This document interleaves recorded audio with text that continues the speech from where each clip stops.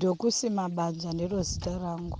Ndiri mudzimai uye ndinogara mujinga village muwadi 3 Chimanimani district under Chief Mutambara.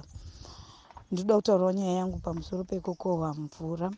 Kubva muna 2019 ndisati ndazivawo nezvekuti kukohwa mvura kwakanakira, ndaingosiya mvura ichierera ichibva pamarata ichitongopindawo muna Odzi iyo muna Sawe muna Limpopo kusvika kuGungwa, asi hapana zvaindibatsira.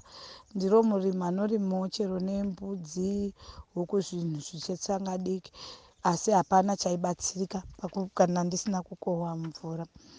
Kubva muna 2019 ndakazotanga kugadzira anonzi magabhuni, ndichivharawo bani ranga riri padhuze neni, ndichiwanawo pundutso kubva mazviri. Mvura iya haichatomboerera kunobuda kuya kwana Odzi, yave kutorawo nguva ichipinda nepasi. Tikazokwanisa zvekukohwa mvura tichishandisa ruware, izvo zviri kubatsiridza zvikuru kukwidza mawota tebhuru emigodhi. Nyangwe zvipfuyo zvakaita ana madhadha, huku, shiri, hangaiwa, nyoka, zvitiiti, mbwa, zvese makutongozvionawo panzvimbo iyo nekuda kwekuti mvura inenge ichitowanda. Ndaisatoziva kuti vana bode vanofanira kugara mvura, asi nekubudikidza nekukohwa mvura kwatakaita takutokwanisa kuwanawo vana bode panzvimbo iyoyi Masvita.